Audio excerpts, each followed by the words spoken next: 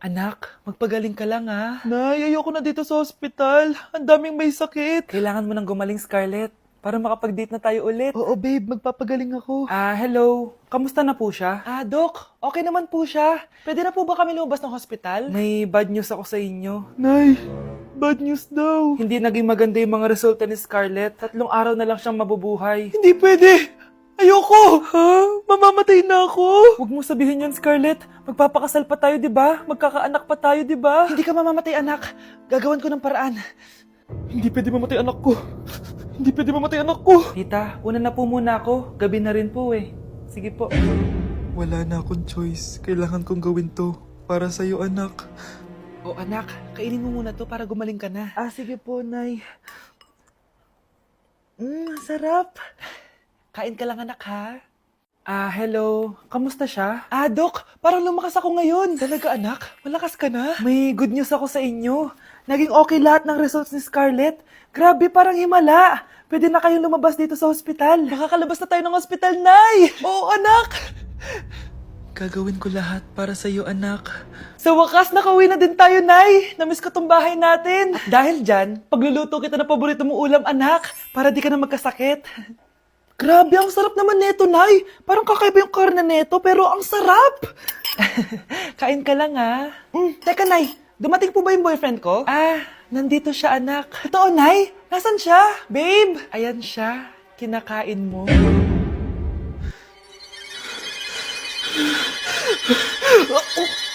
Baby, away tayo. O ano, anak? Puro bebe time na lang? Di ba may exam ka pa bukas? Opo, Nay. Try mo kaya mag-review para di ka puro bagsak. Diyos ko. Sige, Nay. Challenge accepted. Makaka-perfect ako sa exam bukas. Sino nagsabing hindi ko kaya mag-review? Baka Scarlett to. Ba't tumatawag na to? Bakit, Bes? Nag-review ako. May bago akong chika. Importante ba yan? Importante. So, eto na nga. Go, Tess! Spill the tea! Ano nangyari? 1 hour later. Siya. Sige na, Magre-review na talaga ako. Storbo. Saan na ba ako? X, Y... Hala, break na sila. Ano nangyari? 1 hour later. Mag-review na nga ako.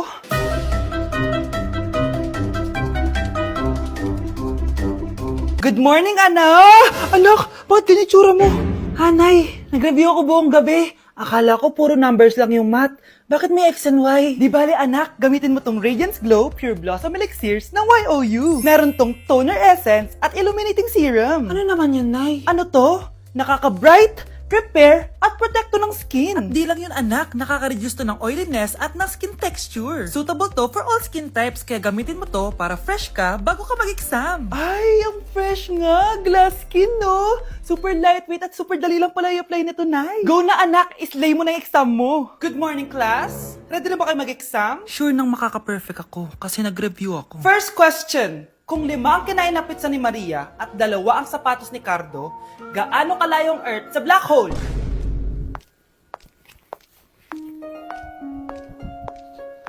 Hindi man lumabas ang mga nireview ko, ang importante, maganda ako. Ang isang 50% po ay mapupunta sa isa niyang anak. Ano? Baka yan yung isa naming anak na nawala? Oo, sa amin na lang yan. Ako! Ako ang isa pang anak ni Ramon. Akala ko bang nawawala yung isang anak ni Ramon? Attorney naman, huwag ka maniwala dyan. May sakit kasi sa utak yan. Wala akong sakit, attorney. Maniwala ka, please. Kailangan ko pa ng sapat na ebidensya para maniwala ako sa'yo. Sige na, babalik na lang ako. Ito na ba yung bagong bahay ng anak ko?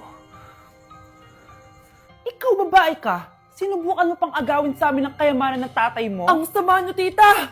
Gusto nyo kunin lahat! Well, hindi naman maniniwala sa'yo si attorney dahil wala kang ebidensya. Tao po, attorney po ito. Nandiyan si attorney. Halika dito!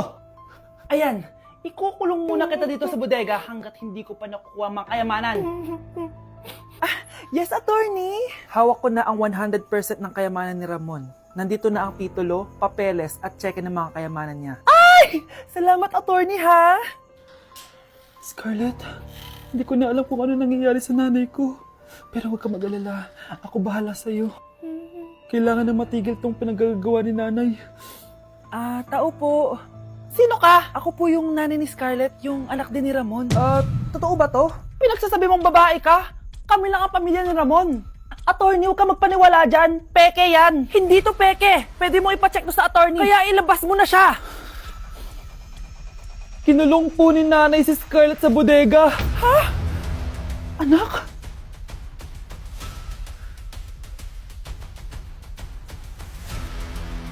Kinulong po ni nanay si Scarlett sa bodega. Ha? Anak? Anak? Walang iya talaga yung tita mo. Anak, sorry kung ngayon na ako nagpakita.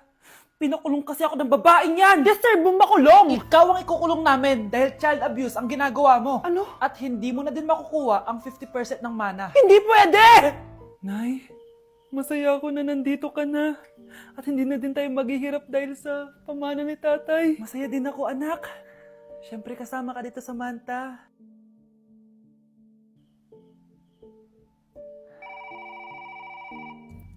Ano ba? Bakit tawag ka ng tawag, ha? Oo, wala silang kaalam-alam. Sige na, baka mahuli pa tayo. Sa wakas, sa atin na ang mana. Maghahati tayo dito. Palayasin mo na yung mga batang yun, ha? Ako bahala. Ang galing talaga natin magpanggap date. Mga anak, aalis na tayo dito sa bahay. Lilipat tayo sa mas malaking bahay. O eto, mga gamit nyo, inimpake ko na. Talaga, Nay? Scarlett, huwag ka maniwala dyan. Nagpapanggap lang yung nanay mo. Samantha, ano yung mga pinagsasabi mo? Magjowa sila ni attorney. Sinet up nila tayo. Ganyan ba ang ugali mo, Samantha? Kaparehas ng nanay mong sinungaling? Samantha, ano ba? Kung ayaw mo sumama, edi wag. Sige, kung totoong anak mo talaga si Scarlett, saan at kailan mo siya ipinanganak? Ang dali naman yan. Edi sa Manila. Pinanganak ako sa ibang bansa. Hindi ikaw ang nanay ko. Ay, oo nga pala, sa ibang bansa pala. Sorry, nakalimutan ko. Ang dami namang drama. Total, nasa amin na ang mana. Umalis na kayong dalawa. Kung ayaw niyong pati kayo, ipakulong ko. Kung meron mang makukulong, kayong dalawa yon. Salamat sa pagtawag, Samantha. Inaaresto kita, attorney, sa kasong panloloko. Palpak ka talaga! Naisahan niyo ako ngayon, ha? Hindi pa ako tapos sa inyo. Talagang sinira mo yung sarili mo, attorney, para sa pera. At ang dami mo na palang naloko. Samantha, huwag na tayong maghiwalay, please. Oo, Scarlett. Dito lang ako palagi sa tabi mo. Kayong dalawa, mag-ingat kayo palagi, ha? Gamitin niyo na maayos sa pamana ng tatay niyo. Salamat po. Nakikiramay po ako sa pagkawala ng asawa niyo. Masakit para sa amin ang pagkawala niya. Kailan pala namin makukuha yung mga ipapamana niya sa amin? Ipaprocess pa po namin yun, ma'am. I-update na lang po namin kayo. Sige po, attorney. Sakit ng pagkawala niya. Nay, tignan mo, may medal ako. Oh, ano namang paki ko dyan? Di ka ba proud sa akin? Hindi. At wala akong paki sa'yo. Iniwan ka na ng tatay mo, di ba? Kaya pwede ka nang umalis dito. Bakit ka ba ganyan sa akin, Nay? Huwag mo nga ako matawag-tawag na nanay dyan. Kadiri! Hindi kita anak. Ang nanay mo, wala na. Malandi kasi. Nay, gutom na ako. Ay, gutom na baby ko. Wait lang, mag-order ako ng steak for you, ha? Yay! Steak, my favorite! Ampun lang pala ako. Nasaan na yung totoo ko, nanay?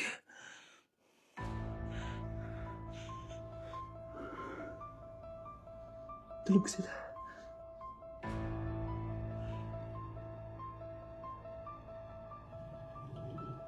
Nasaan na yun? Ito ba si nanay? Ay! Sino ba ito tumatawag na to?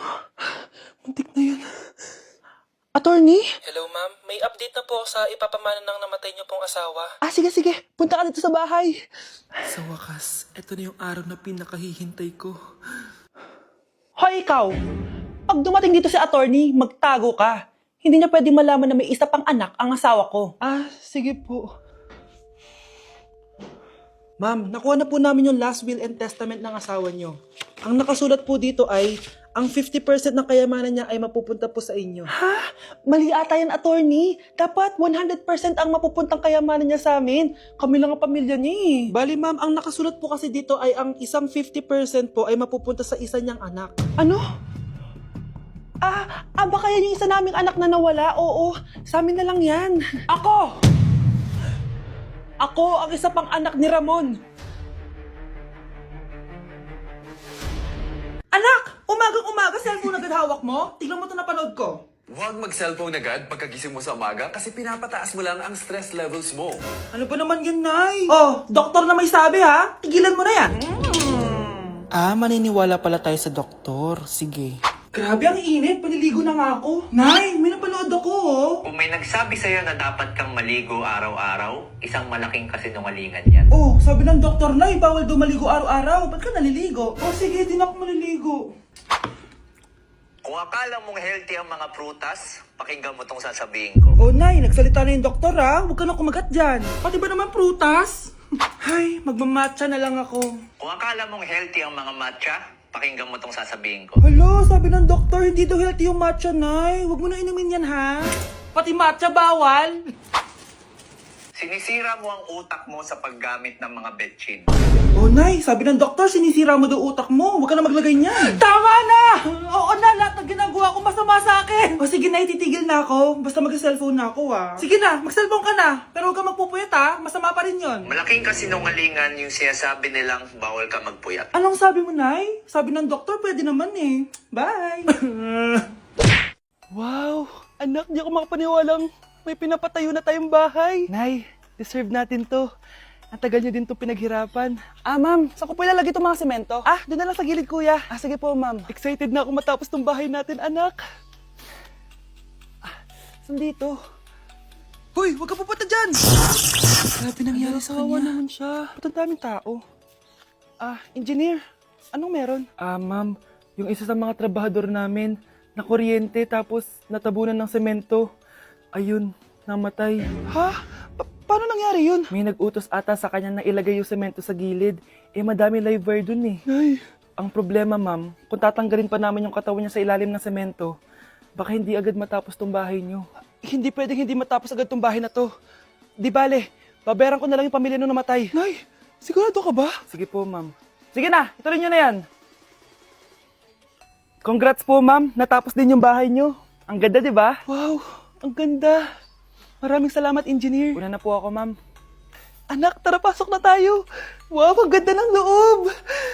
Nay, hindi talaga ako mapakali na may bangkay dito sa ilalim ng bahay natin. Huwag kang okay, anak. Kasalanan niya naman kung bakit siya namatay eh. Ay, matutulog na lang ako sa bago kong bahay.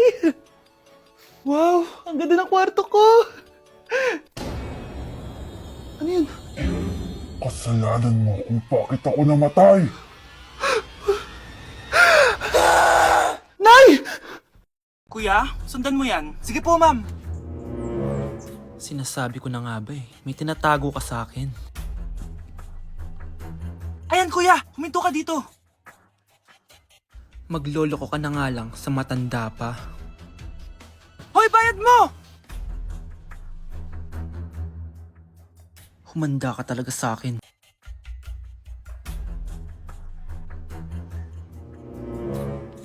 Ang sweet niyo naman. May paregalo ka pa, ha? Ano yun? Scarlett? Anong ginagawa mo dito? Manloloko ka! Pinagpalit mo ko dito sa matandang pangit na to? May paregalo ka pa, ha? Sa akin nga, wala kang binibigyan na regalo eh. Scarlett, magpapaliwanag ako. Manahimik ka!